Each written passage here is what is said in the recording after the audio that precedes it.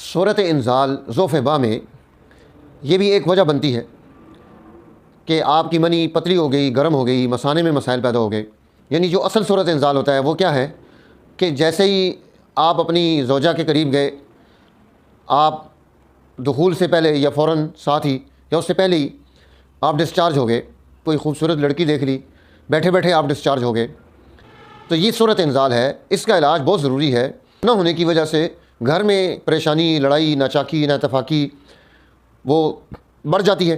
तो हमें उसका इलाज करना चाहिए कि आप मुरब्बा गाजर ले लें और ये पेठा जो है, जो हलवाई की दुकान से मिलता है आपको, पेठा ले लें। ये 4-4 तोले हों और 2 तोले इसमें मगज़ बादाम जो है वो पहले इन दोनों कूट लें, फिर मगज़ बादाम कूट कर उसके अंदर डाल दें, मिक्स करें और 1 तोला सुबह, 1 तोला शाम रोज़ाना खाना शुरू करें।